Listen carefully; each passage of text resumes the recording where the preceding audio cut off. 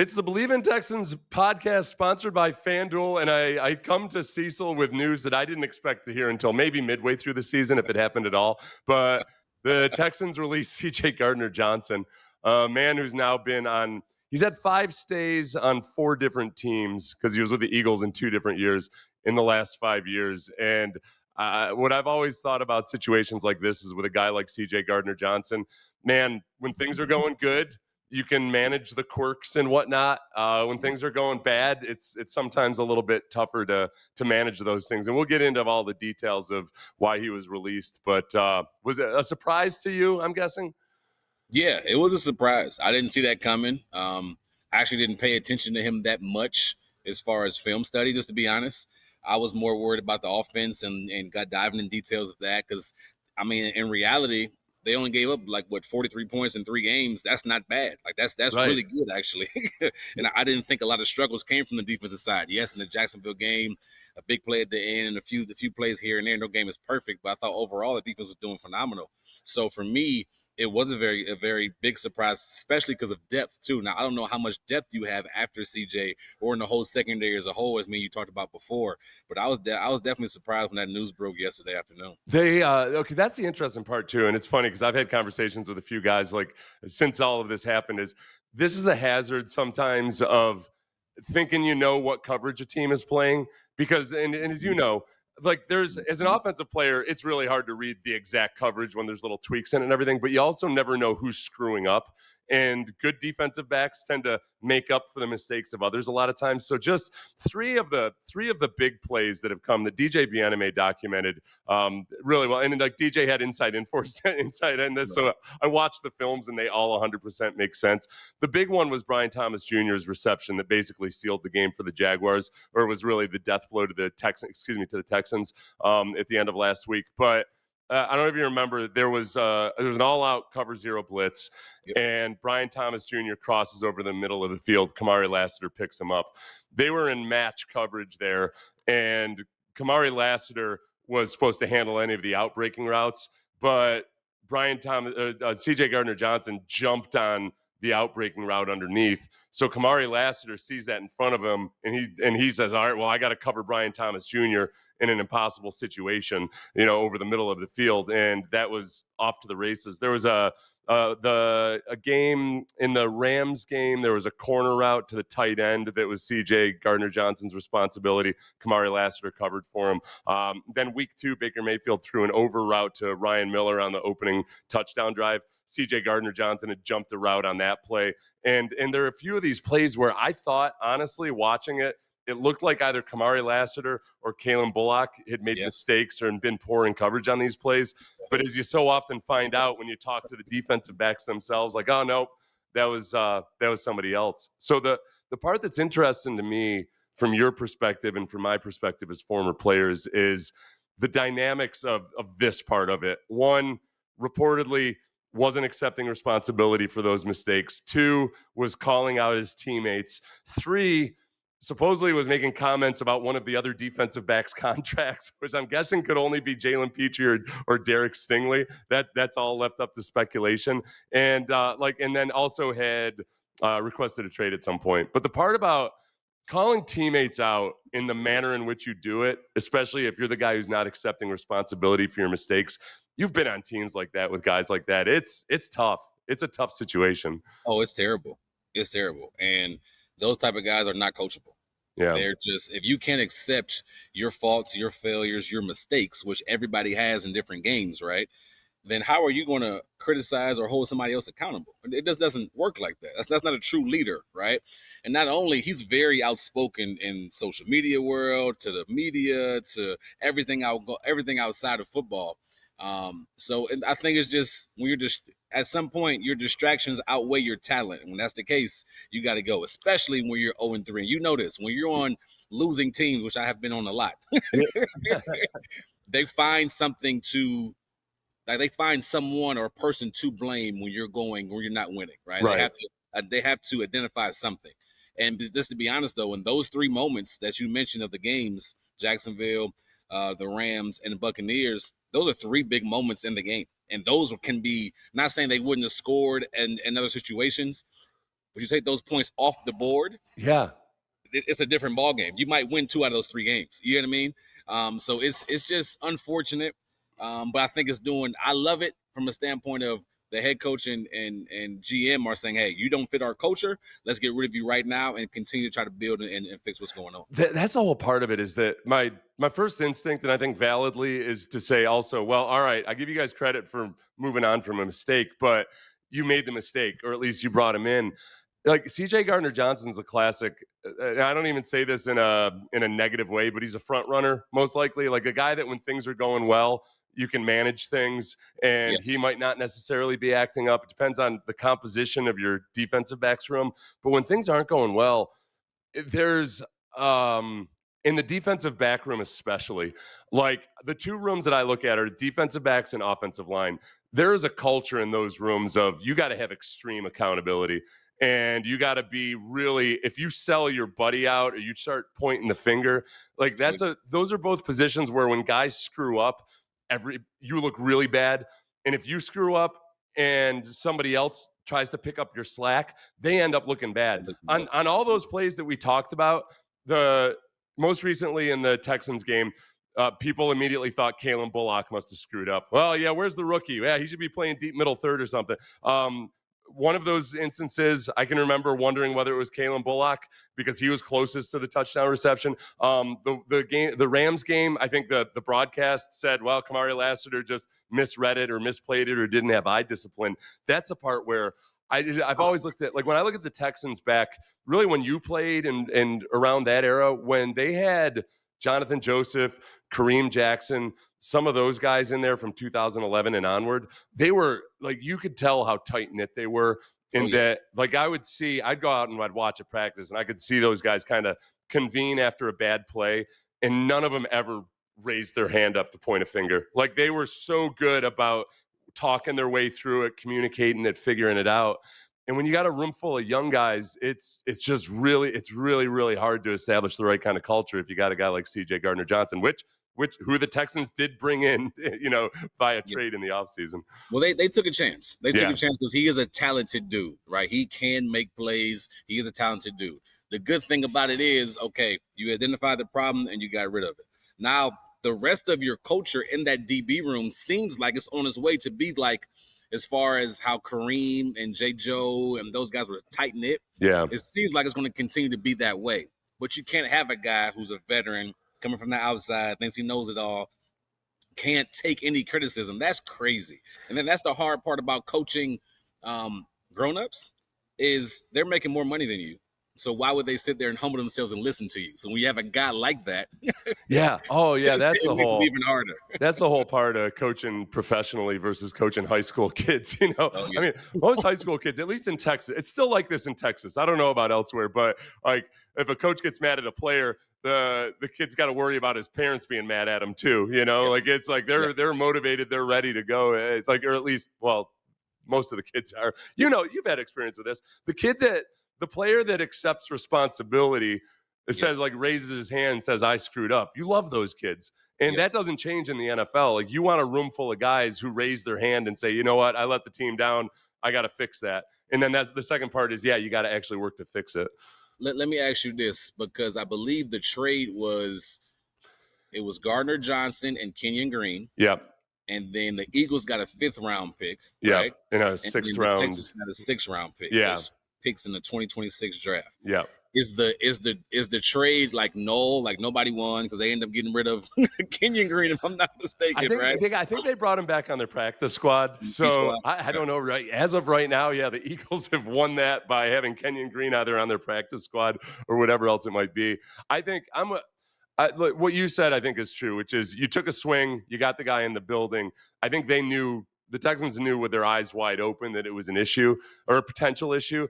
I think if you start off 3-0, it might not be this way. And it's just that high stress environment where, because the Eagles did this twice with CJ Gardner-Johnson. They had him 2 years ago. They said, all right, this is enough. Brought him back. And then they said, like, awesome, won a Super Bowl. It's enough now. We're going to, so it was, I think from the very get-go, it was probably going to be a 1-year deal or a 1-year experience with CJ Gardner-Johnson, but I don't know. We'll see. The Texans in the game this week, the over-under is the lowest of the week. It's actually at, where is it on FanDuel? It's 38.5. So the vote of confidence for the Texans defense, but also an illustration of how both these teams have not scored a lot of points. Yeah, yes. Both offenses have struggled mightily. One had a rookie quarterback, so I kind of get it. The other one, there's disappointment right now. Look, you can't go to ZipRecruiter and find yourself points the way you can job candidates. ZipRecruiter makes it easy to find job candidates. They send your job to over 100 of the web's leading job boards, but they don't stop there. With their powerful matching technology, ZipRecruiter scans thousands of resumes to find people with the right experience, and they invite them to apply to your job. As applications come in, ZipRecruiter analyzes each one, and then they spotlight the top candidates so you never miss a great match. They're so effective that 80% of employers who post on ZipRecruiter get a quality candidate through the site within the first day. So stop messing around with whichever process you're using. Go with ZipRecruiter. Sometimes maybe I wish my football team had used ZipRecruiter, but it just doesn't work for football that way. With results like that, it's no wonder that ZipRecruiter is the highest rated hiring site in America. And right now, our listeners and viewers can try ZipRecruiter for free at this exclusive web address, ZipRecruiter.com/play. That's ZipRecruiter.com/play, PLAY, ZipRecruiter.com/play. It's ZipRecruiter, the smartest way to hire. So if we get over to the Texans offensive side of the ball, and hopefully, outperforming that points total for the weekend, too many CJs in today's show. CJ Stroud, obviously doesn't have the same numbers. Jeff Howe in The Athletic, he had a headline that I really hated seeing, but I think it's relevant at this point. And it was, is CJ Stroud playing his way out of a contract extension? And the year 3 is typically where in the normal the way the NFL operates these days, whether it's Trevor Lawrence or Tua Tagovailoa or any of these guys get an extension after year 3. I think a lot of us 3 weeks ago were assuming oh yeah, CJ's definitely going to get a contract extension. And Jeff Howe pointed out a few things in this article where he had anonymous insiders from the NFL, coaches and executives. Most of the in this whole article, it seemed, even though he didn't draw a conclusion, but the conclusion was that CJ will, despite how everything looks right now, he'll probably get an extension. The execs and coaches around the league that he talked to still really like CJ. He's twice been in the top 40 of the NFL top 100. They've got 2 votes in the thing that they did where who'd you start a franchise with from scratch with.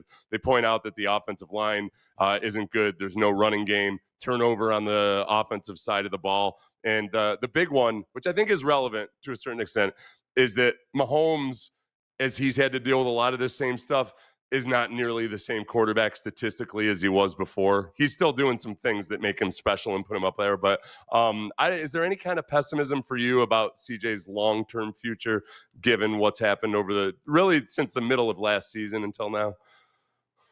Ooh, that's a good question.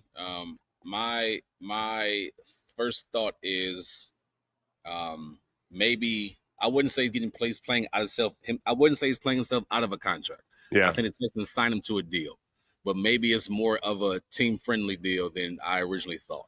Because my original thought was, man, he's going to break the bank. It's going to be a Mahomes type. It's going to be something insane, right? But quarterbacks are hard to come by, and they just don't grow on trees. And I don't care how good you think this class is or the next class is or Arch Manning will be in a couple years, whatever the case may be. There's no guarantee on a quarterback succeeding. And I think he's good enough to be a solid starter, still can be a superstar in this league. It's just right now, since mid-season till now, it's been some struggles. But I think he can improve, and I think he will sign. Maybe it's more of a 3-year deal, 2-year deal with the annual being pretty high, but not the overall 500, 400 that you see from certain guys, or even the I guess Lamar Jackson type deal would be the highest one right now. Yeah. I can't remember who has the highest contract, but I can see him in the top 10 range, maybe the lower 8 to 10 range, or 10 to 12 as far as contracts. But it's a shorter term deal. I don't think they let him go. I just don't see. Oh no, and they wouldn't let him go completely, but I guess because the standard now, and I'm not happy about it. I'm a grumpy old man about the fact that now the standard seems to be to extend your quarterback after the 3rd season, whether he's been awesome or not. I think that's the question: is if you believe in him and you believe in his upside, you give him the contract, because even though he hasn't technically earned it, that the price of paying him if you wait a year or two ends up being like $20 million more per year anyway. That's what they did with that. I mean, Dak Prescott, they kicked the can down the road. And even after he ended up having that horrific ankle injury, they ended up having to pay him a whole bunch more the next year. And I think that's where I am with that. I think one thing that somebody brought up immediately when we talked about this morning was, well, hey, his agent is David Mulligetta, and David Mulligetta gets really big deals for guys. That's why I'm glad that you brought up Jordan Love, because Jordan Love's agent is David Mulligetta. So it's not like David Mulligetta hasn't done deals like this. And I think with Jordan Love, part of that deal was that he hadn't really had a track record yet. So it was a different scenario. But you could kind of say in a similar way, yeah, CJ doesn't have a long track record of the play, like the promising play that he had in his rookie year, or a long stretch of really good football, in the past, midway through last season up until now, other than a couple of performances here and there, that I think it probably gets done. And then the other part of it too, and I'm curious how you think about this. I just, if you're looking around the league and you see the Baker Mayfields, the Sam Darnolds, the Geno Smith, like all of these guys where you could tell, oh, okay, for whatever reason, they just weren't in the right circumstance early on. But Browns fans right now are wondering, what happened to Baker Mayfield? We got 7 quarterbacks on our roster. They're making like $200 million combined. And I just don't think you can't just flush a quarterback down the drain or give up on them that early in their career anymore. No, he's too young. He's too talented. He showed the world how talented he was his rookie year. Even last year, he showed talent. No doubt about it. It's just when he's 23, 24 years old and he's had multiple coordinators, young coordinators or fresh, brand new coordinators. Yeah. Right? I would love to see him with an experienced guy, right? And that's the fear that, okay, if you let him walk after his contract is up and he goes to a San Francisco, Lord have mercy. Him and Shanahan's office would be like, where did this guy come from, right? Right. Especially now that he's running like he is. Yes. So now I think you can't do that, right? You got to figure out a way to do it. And now we have to grow up. It's like he's growing up with his offensive coordinator, which is tough to do, hard to do, tough on the fan base, tough on the media, the whole nine. But that's the reality of the situation we're in.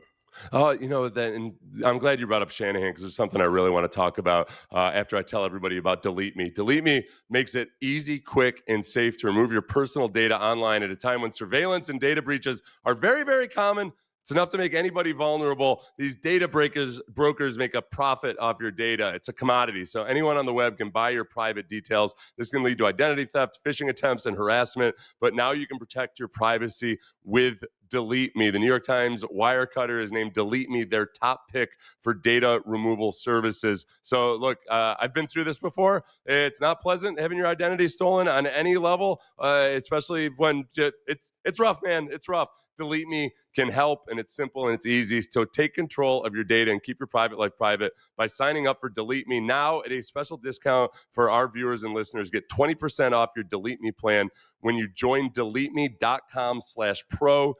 It's actually joindeleteme.com/pro. Joindeleteme.com/pro and use the promo code PRO at checkout. It's the only way to get 20% off is to go to joindeleteme.com/pro and enter that code PRO at checkout. That's joindeleteme.com/pro and the code is PRO. So you bring up the San Francisco offense, and it's one of the immediately when you think of Shanahan, you think of Kubiak, you think of the bootleg, the play action, all of those things. And I think one of the more encouraging things about the offense so far is the Texans have the FanDuel has the Texans as a 7.5-point favorite going into this game against the Titans. CJ's running, his ability to run when the pocket breaks down, but also on some of these boots, it's what it's supposed to be, which is, hey, if I don't like what it looks like, I got an easy 5 yards.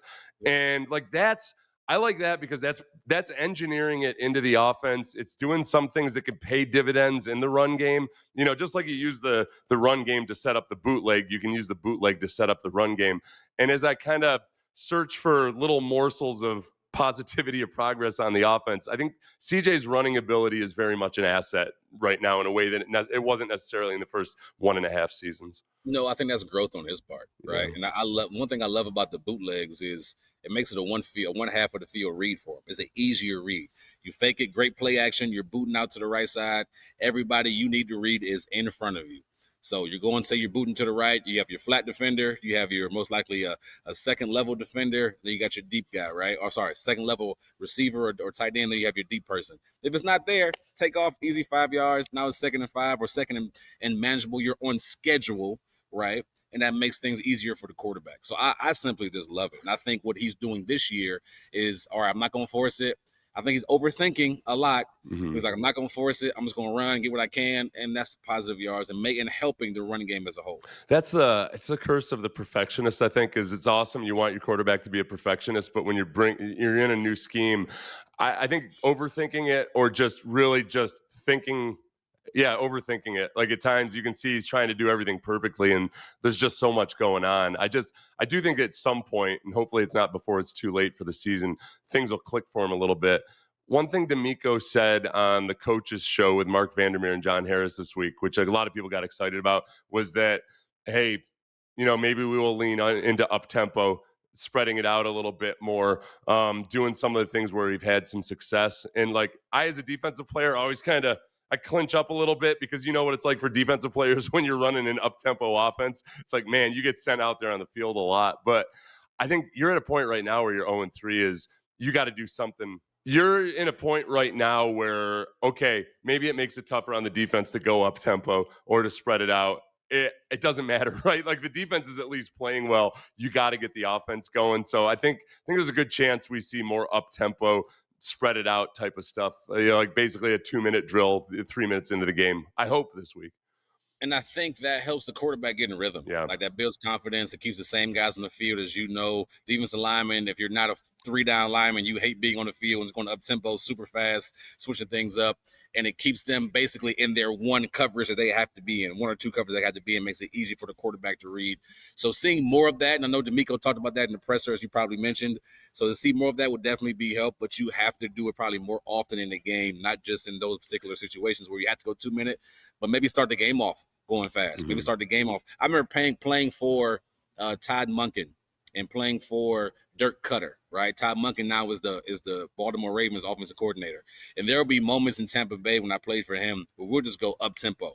And it was 10 plays. He'll call number 8, 2, 2, 2. Everybody knew what 2 was. 4, 4, 4. Everybody knew what 4 was. But it kept the defense on the field, off balance, and we were so confident in those plays that we always executed pretty well. Yeah, that's and then when it works, it's great. I guess that's the part of it. The downside of it is when it's not working, then all of a sudden your defense is out there after they've been on the bench for 45 seconds and they got to come back out. And like, if things snowball really quickly, if you get on the lopsided part of it. But again, like the Texans have been managing that already. They've been managing having 3 and outs and everything. That it makes perfect sense. What's the downside to it, just from an offensive standpoint? Is it the simplicity, perhaps? Because you force the defense to be more simplistic, but are you kind of more limited on the offensive side in your play selection too? You are more limited because most likely it's a call it and run it type of play. Mm-hmm. Also, your defense gets back on the field very quickly if it's 3 and out. So if you're not converting, it's a very 1 minute on the field and now you're off and defense is back on. But if you're executing and you can put that drive together and get that first down and get it rolling, it can be special. But there is a downside. Yeah, I feel good about this week. It's 7.5 points on FanDuel. It sounded hefty when I first heard it, but then you see what's going on with the Titans. They're like, oh, okay, I get it. I mean, confidence. If you look at the 4 main units, like both teams' offenses and both teams' defenses, the Texans' defense is the only thing that's operating well right now, and that's enough of an advantage, obviously. And then I think there's still, maybe I'm an idiot, but I just trust that this offense is going to start to click a little bit, especially as the rookies start getting more involved. I think the one big concern that people have immediately is they remember last year T'Vondre Sweat tossing aside Shaq Mason like he was a preschooler or something. T'Vondre Sweat, the defensive tackle for the Titans, is on IR, so that's at least one less worry than you'll have compared to last year. So everybody, thank you for watching the Believe in Texans podcast. You can please leave a 5-star review and some nice comments on Apple, like and subscribe on YouTube. And Cecil and I will catch up with you next week.